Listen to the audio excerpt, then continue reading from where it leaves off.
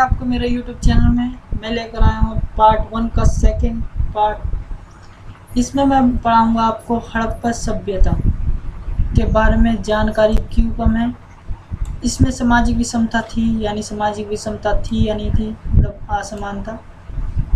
फिर पढ़ेंगे हम इसकी जानकारी के प्रमुख स्रोत कौन कौन से हैं, कहाँ से हमें इसके बारे में जानकारी मिलती है। फिर पढ़ेंगे हम जल निकासी व्यवस्था यानी नालियों के बारे में पढ़ेंगे। फिर हम इस सभ्यता का अंत करेंगे।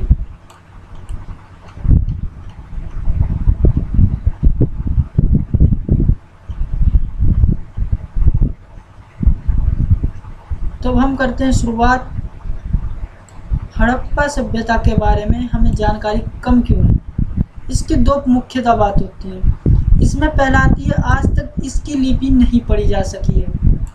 इसकी लिपि पढ़ने में बहुत सारी मुश्किलें आती हैं, क्योंकि इसे अभी तक हमारे पास ये पूरी पुष्टि नहीं की गई है कि वे वर्णमाल्य थी या फिर चित्रात्मक पूरी तरीके से। मगर जब भी पुरातात्विक विभाग वाले ये मानते कि ये चित्रात्मक लिपि थी और ये दाएं से बाएं ओर लिखी जाती थी, ये उनका मानना है। जिस दिन ये पढ़ ली गई उस दिन हम इस सभ्यता के बारे में और अच्छे से और ज़्यादा जान पाएंगे। फिर दूसरा आता है, पुरातात्विक केवल अवशेषों का अध्ययन करते हुए अनुमान के आधार पर ही सिंधु घाटी सभ्यता के विषय में समय और विकास आदि का ज्ञान प्राप्त कर पाते हैं। मतलब अवशेष क्या क्या चीज़ें हो सकती हैं। एक तो भौतिक अवशेष, मतलब वो जो से हमें एक गड़ा हुआ आदमी मिला था जिसे दफनाया गया था। दूसरा, वहाँ से मिले हुए बर्तन, बाट, पत्थर, इमारतें और सिक्के, औजार, इन सब का अध्ययन करके पुरातात्विक विभाग वाले सिर्फ उनका समय और उनका विकास के बारे में पता कर पाते हैं। जबकि अन्य सभ्यताओं के संबंध में जानकारी का मुख्य आधार उनकी लिपि का पढ़ा होना होता है। मतलब जैसे कि हमने मेसोपोटामिया, लास्ट ईयर हमने मेसोपोटामिया चैप्टर देखा था, उसमें क्या हुआ था, उसमें उन्होंने लिपि पढ़ ली है, पूरी तरीके से पढ़ ली है और उसके बारे में, उस सभ्यता के बारे में जानकारी है। मैंने आपको शुरू में ही बताया था जब हम उसके साथ संबंध पढ़ रहे थे कि मेसोपोटामिया के साथ कैसे संबंध थे या नहीं थे। उसमें हमने देखा था कि उनके लेखों को पढ़ा जा चुका है, दिलमुल और मगान के। जैसे हमने उनसे जानकारी प्राप्त की है। अब मैं आपको बताऊंगा इस समाज में यानी हड़प्पा समाज में क्या आर्थिक असमानता, वो सामाजिक असमानता थी, मतलब अमीरी गरीबी थी। इसे हम किस तरीके से जान सकते हैं वहाँ की अमीरी गरीबी के बारे में। मैंने जैसे कि आपको बताया यहाँ पर लिपि नहीं पढ़ी जा सकी, तो इसके आधार पर लिपि यानी उन्होंने कुछ किताबें, लेख या फिर शिलालेख पे कुछ भी लिखा हो, हमने अब तक उस लिपि को नहीं पढ़ पाए। तो हम किसके आधार पर जान सकते हैं, यानी वहाँ पर जो लोग दफनाए गए उन्हें जानकर उनकी सामाजिक असमानताओं का पता कर सकते हैं। जैसे कि हड़प्पा स्थलों में मिले समाधान आमतौर पर मृतकों को कब्र में दफनाया जाता था, यानी उन्हें कब्र में दफनाया जाता था। कुछ कब्रों में कंकाल के मृत भांड, मतलब मिट्टी के बर्तन तथा आभूषण मिले हैं, मतलब उसके साथ मृत भांड मिले हैं।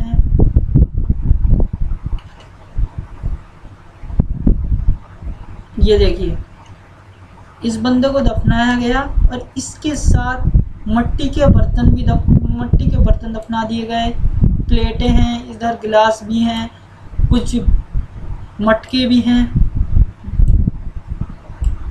इस तरीके से इसे दफनाया गया, क्योंकि ये मानते होंगे इनकी वो होगी, ये मानते होंगे कि ये आदमी जिस दिन ये जिंदा होगा यानी पुनर्जन्म लेगा, इसे इन वस्तुओं की जरूरत होगी।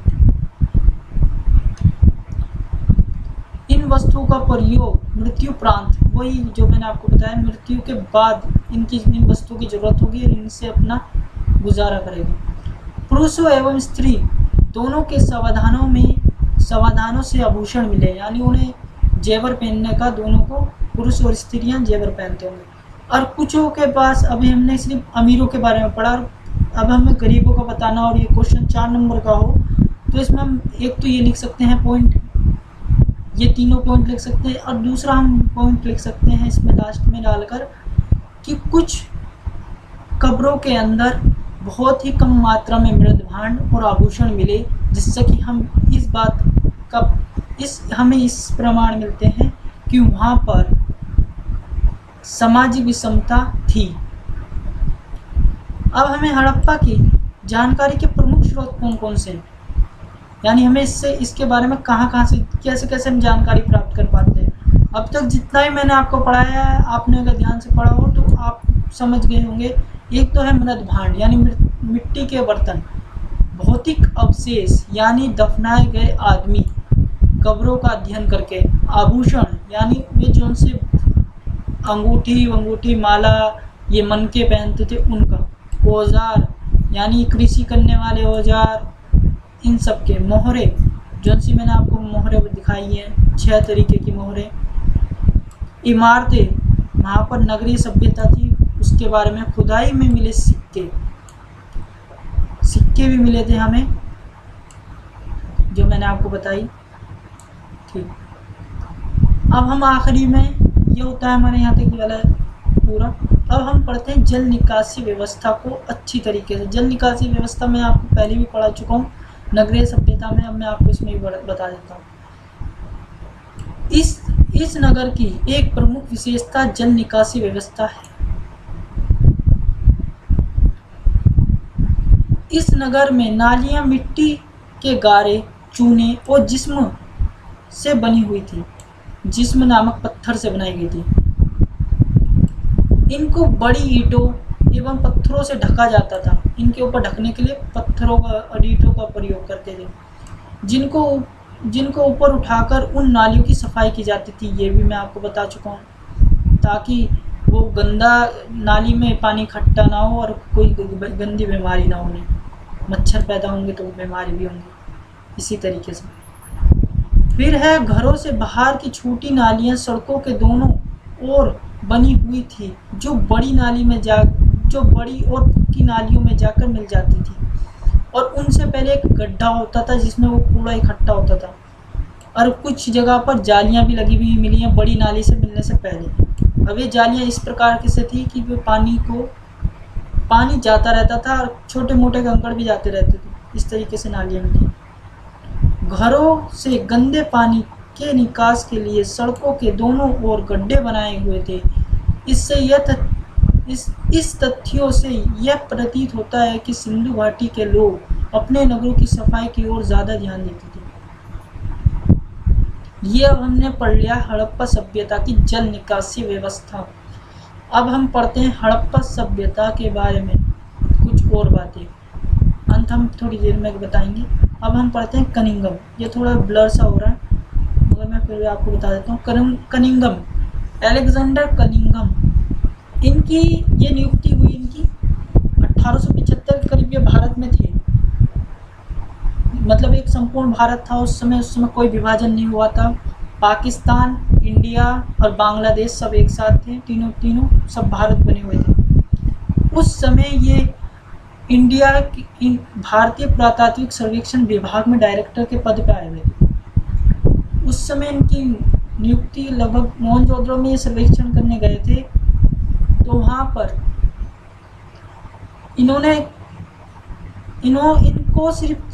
इनको सिर्फ केवल 600 ईसा पूर्व से लेकर 600 ईस्वी तक की इनको अच्छा लगता था इन्हें पढ़ना, उनके बारे में ग्रंथों की खोज करना इन्हें ज़्यादा उसी की अच्छा लगता था। तो इन्होंने मोहनजोदड़ो के बारे में ज़्यादा खोज नहीं की। तो इस तरीके से उस समय 1875 के करीब एक रेल का शुरुआत हो गई थी इंडिया में, तो पटरियां बनाई जा रही थी। तो पटरियों में लोगों को ईंटों का प्रयोग करना पड़ा, क्योंकि ईंटें बिछाई जाती हैं, पत्थर डाले जाते हैं ट्रेन के बीच में। तो वहाँ पर लोगों ने क्या किया कि वो सभ्यता आपने देखी होगी, मैंने आपको पत्थर दिखाए हैं, ये देखिए कुछ घरों का ना पत्थर लेकर गए, यहाँ से पत्थर उठाए लोगों ने और उन पटरियों पर डाल दिए, जिससे कि इस सभ्यता का आधा नुकसान तो उसी समय हो गया था 1875 के करीब। अगर ये उन्होंने इस समय अलेक्जेंडर कनिंघम ने ध्यान दिया होता तो हमें और अच्छे से सभ्यता की और अच्छी यानी और सुरक्षित मिलती। अब फिर हम अब इनका भ्रम पढ़ते हैं। ये आपकी किताब के एक छोटे से पॉइंट में दे रखा था ये कहानी। अब हम पढ़ते हैं 19वीं शताब्दी में हड़प्पा की मोहरों को समझने में इनसे भूल हो गई थी, वही इनका भ्रम था। मोहरों का कालखंड सही से निर्धारित नहीं कर पाए।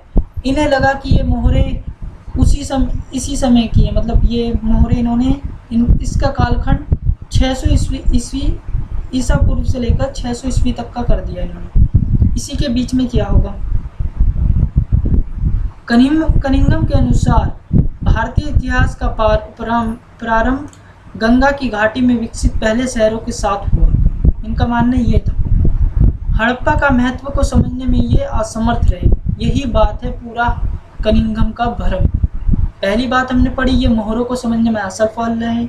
दूसरी पढ़ी, ये कालखंड को सही से निर्धारित नहीं कर पाए। फिर इनका मानना, ये अपने हिसाब से मानते थे कि हड़प्पा सभ्यता का प्रारंभ गंगा की घाटी में विकसित पहले शहरों से हुआ। और दूसरा था ये उसका हड़प्पा का महत्व समझने में असमर्थ रहे। एक क्वेश्चन और बनता है इसमें, जलस्य।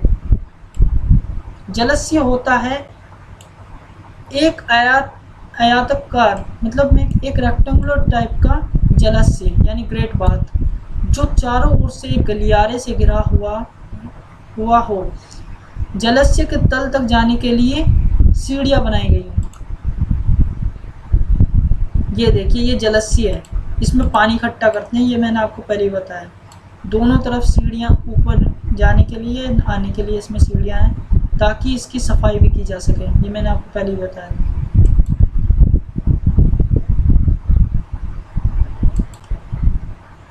अब कुछ क्वेश्चंस रहेंगे और वो रहेगा हड़प्पा सभ्यता का अंत, इसका आखिरी पॉइंट। हड़प्पा सभ्यता का अंत जलवायु में परिवर्तन के कारण, या तो घनी मात्रा में एक सभ्यता जिसकी सीमाएं बलूचिस्तान से लेकर मेरठ तक यूपी के और जम्मू कश्मीर से लेकर महाराष्ट्र तक, वर्तमान की बात कर रहा हूँ, वहाँ तक एक जगह पर। आप ये बताओ, जैसे कि असम में भूकंप आए तो क्या दिल्ली के लोग मर जाएंगे? नहीं, सिर्फ वहाँ के प्रभावित होंगे जहाँ पर वो आया है। तो उसी तरीके से अगर घनी मात्रा में सूखा पड़ेगा तो केवल बलूचिस्तान में ही होगा, या ज़्यादा से ज़्यादा पाकिस्तान में होगा। इंडिया में कोई प्रभाव पड़ेगा? नहीं पड़ेगा। तो उसी तरीके से एक चीज़ से किसी एक बहुत बड़ी संख्या में बहुत बड़ी सभ्यता का अंत हो, ये होना मुश्किल है। जलवायु में परिवर्तन हुआ हो, या तो घनी मात्रा में बारिश हो गई हो, या फिर सूखा, बहुत ही सूखा पड़ गया हो। वनों की कटाई, यानी उन्होंने पेड़ पौधे काटने शुरू कर दिए हो और हरियाली कम हो गई हो। बाढ़ आ गई हो। नदियों के पास में कुछ शहर इसके ऐसे नदियों के पास में, जैसे रावी नदी के तट पर बसे हुए थे, कुछ सिंधु नदी के तट पे बसे हुए थे। तो इस वजह से कुछ नदियाँ सूख जाती, मतलब नदियों के पास थे तो नदियाँ भी सूख सकती हैं, या फिर मार्ग बदल लेती होंगी अपना। भूकंप आया हो, जैसे मैंने आपको बताया, या फिर बाहरी आक्रमण। बाहरी आक्रमण उस समय एक ही तबका था जो इस सभ्यता पर आक्रमण करने के लायक आक्रमण कर सकता था, वह थे आर्य। आर्यों के बारे में हम अगले चैप्टर में जिक्र करेंगे। इसमें हम आपको पहले हड़प्पा सभ्यता के बारे में बताएंगे। तो क्या हो सकता है? कई पुरातात्विक का मानना है ये सिर्फ एक छोटे इलाके को ही ये 6 के 6 कर सकते हैं। ऐसा होना मुश्किल है। हाँ, इसमें 3 चीज़ें हो सकती हैं, 3-4 चीज़ें, जैसे कि वहाँ पर बाढ़ आई हो, ठीक है, फिर बाढ़ आने से वहाँ पर लोग मरे हों तो लोग अपने घर वालों को तो दफना दिया हो, मगर जो लगा लो पूरी फैमिली मर गई हो, उसके बाद क्या हुआ? नहीं दफनाया गया उन्हें। तो उनके सड़ने से एक कोई बड़ी महामारी हो गई हो, जिससे कि लोगों महामारी होगी तो बहुत ज़्यादा तादाद में हुई हो, पर आधे लगभग 30% जनसंख्या बाढ़ से मरी हो, 30% जनसंख्या महामारी से, और बाकी की जनसंख्या ने वहाँ से पलायन कर लिया हो, यानी वहाँ से अपना स्थानांतरित, यानी वहाँ से चले गए। इस तरीके से भी इस सभ्यता में एक बहुत बड़ा परिवर्तन आया। एक ही चीज़ से, अगर मैं कहूँ कि एक ही चीज़ से इस सभ्यता का अंत हुआ हो, तो ये कहना बहुत ही ज़्यादा मुश्किल है, क्योंकि आप इतनी बड़ी सभ्यता को एक जलवायु परिवर्तन, वनों की कटाई, बाढ़, नदी सूख जाना, भूकंप, ये करना बहुत मुश्किल है। और ये बाहरी आक्रमण किस तरीके से नहीं हो सकता, मैंने प्राकृतिक बता दिया, बाहरी आक्रमण, क्योंकि जब लोगों को कुछ कब्रों के अंदर लोगों के पास बहुत ही कम ऐसे मिले हैं जिन्हें जो लड़ाई करते हुए मिले, मतलब बहुत ही कम, तो ऐसा कह नहीं सकते कि बाहरी आक्रमण हुआ हो। अब मैं आपको कुछ क्वेश्चंस बताता हूँ जो आपको ये क्वेश्चन अपनी कॉपी में कर लेने हैं अगर आपने ये चैप्टर पूरा पढ़ लिया हो। पहला क्वेश्चन बनता है, हड़प्पा सभ्यता के बारे में प्रमुख विशेषताएं बतानी है आपको। ये क्वेश्चन मैं आपको पहले बता देता हूँ, अगर आप जानना चाहते हो कहाँ से कहाँ तक है। ये 2012 से लेकर 2020 तक के बीच में, इनमें से कोई ना कोई आपको क्वेश्चन रिपीटेड भी मिल सकता है या फिर एक बार ज़रूर मिलेगा। दूसरा क्वेश्चन बनता है, हड़प्पा सभ्यता के बारे में प्रमुख जानकारी के स्रोत। मैंने आपको ये बताया था, आपको मैंने ये भी बता रखी है प्रमुख विशेषताएं, यानी किस तरीके से नगरीय सभ्यता है, जल निकासी व्यवस्था है। आप इसमें कुछ जितना मैंने पढ़ा रखा है उसमें से भी लिख दोगे तो बहुत है। फिर मैंने आपको हड़प्पा सभ्यता के बारे में प्रमुख जानकारी के स्रोत मैंने आपको बताए थे, मृद भांड, भौतिक अवशेष, ये सब बता रखे हैं, आप देख लेना। जल निकासी व्यवस्था, ये आपको करना है तैयार, क्योंकि ये मैंने आपको अभी ही पढ़ाया है। हड़प्पा सभ्यता की कृषि संबंधी जानकारी आपको ये भी बतानी है। हड़प्पा सभ्यता में असमानता यानी विषमता थी या नहीं थी, इसके बारे में आपको बताना है। आपको ये दो क्वेश्चन जो से मैंने लास्ट में दिए ये आपको ज़रूर करने हैं, क्योंकि आजकल का ट्रेडिशन बदल चुका है।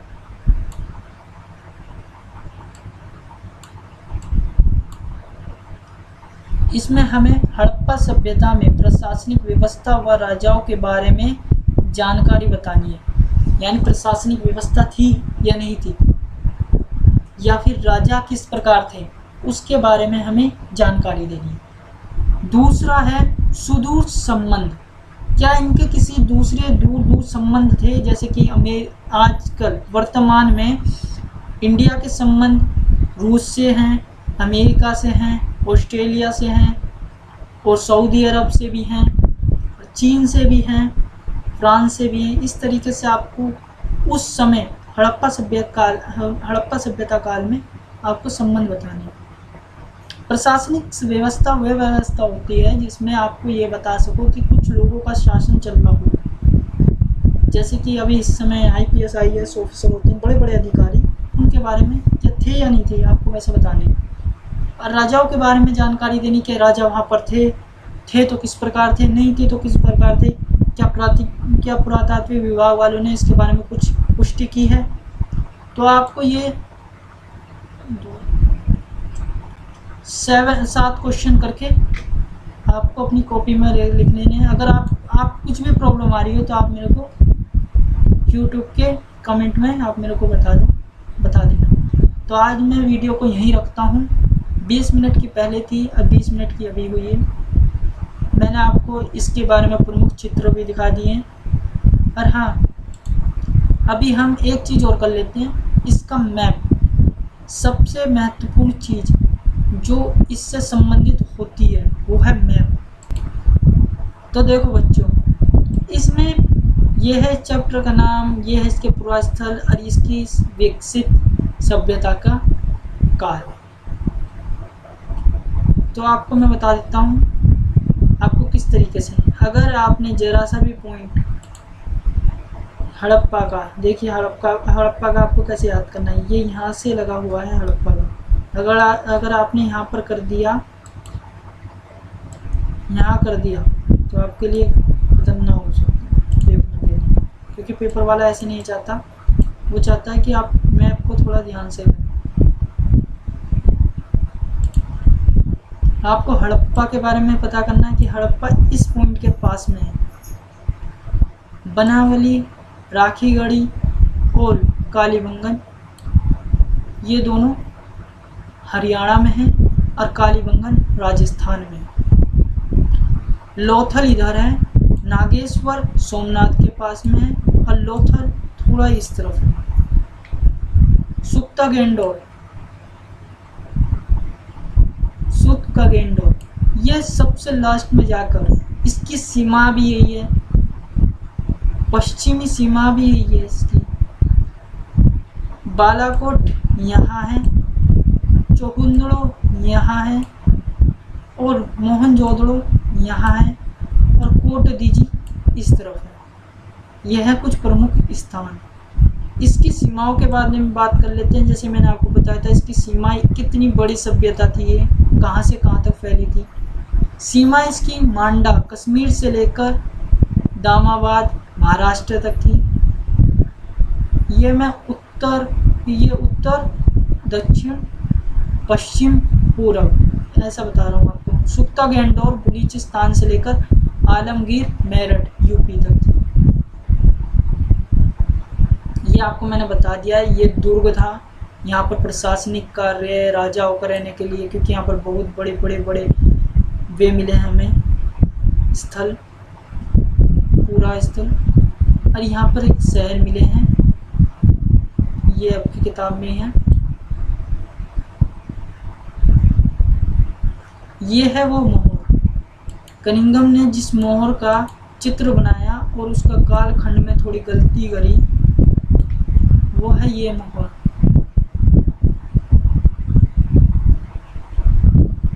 ये पशुपति की मूर्ति है। अब मैं आपको बता देता हूँ, फिर दोबारा क्विक रिवीजन करवा देता हूँ। ये है दुर्ग, ये निचला शहर। लैंग्वेज जो चित्रात्मक है, वर्णमाल्य नहीं है, दाएं से बाईं ओर लिखी जाती है। 375 से लेकर 400 इसकी चिन्हों की संख्या है। ये बाट हैं जो चट नामक पत्थर से बनाए गए थे। ये क्यूबिक आकार के होते हैं, विनिमय के काम आते हैं, वजन तोलने के काम आते हैं। ये मनके हैं। मनके आपको मैंने मनकों के बारे में बता दिया था। थोड़े पत्थरों को मैं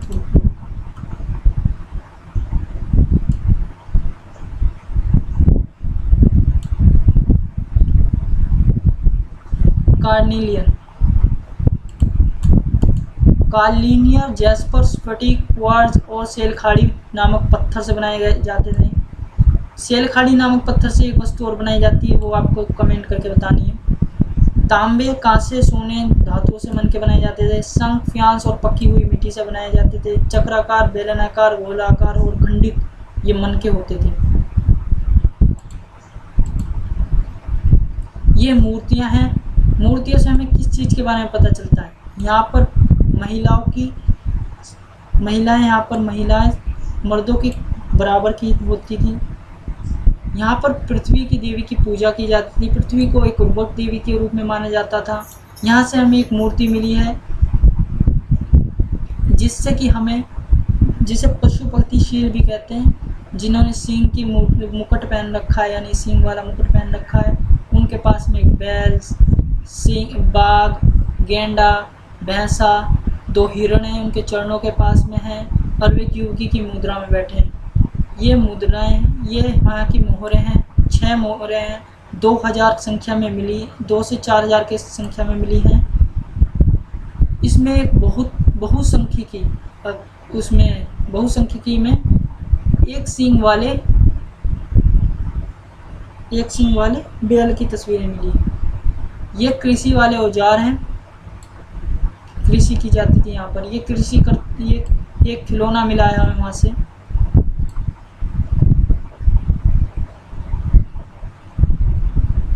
ये यहाँ की नालियों के बारे में बताते हैं। ये छोटी घर की एक नाली निकलती है, वो इस छोटी नाली से मिलती है जो एक जाकर बड़े नाले से मिल जाती है। ये कुछ है जो नदियों के पास में बसे हुए थे। ये जलस्य की तरह काम ये होता है यहाँ पर। ये यहाँ से कुछ हमें मृद भांड मिले हैं जिनका उपयोग वो अपने दैनिक जीवन में करते होंगे। यहाँ से हमें एक समाधान मिला है जिसे दफनाया गया था कुछ मन के मृद भांड आभूषणों के साथ। ये हमें वहाँ से मृद भांड मिले हैं।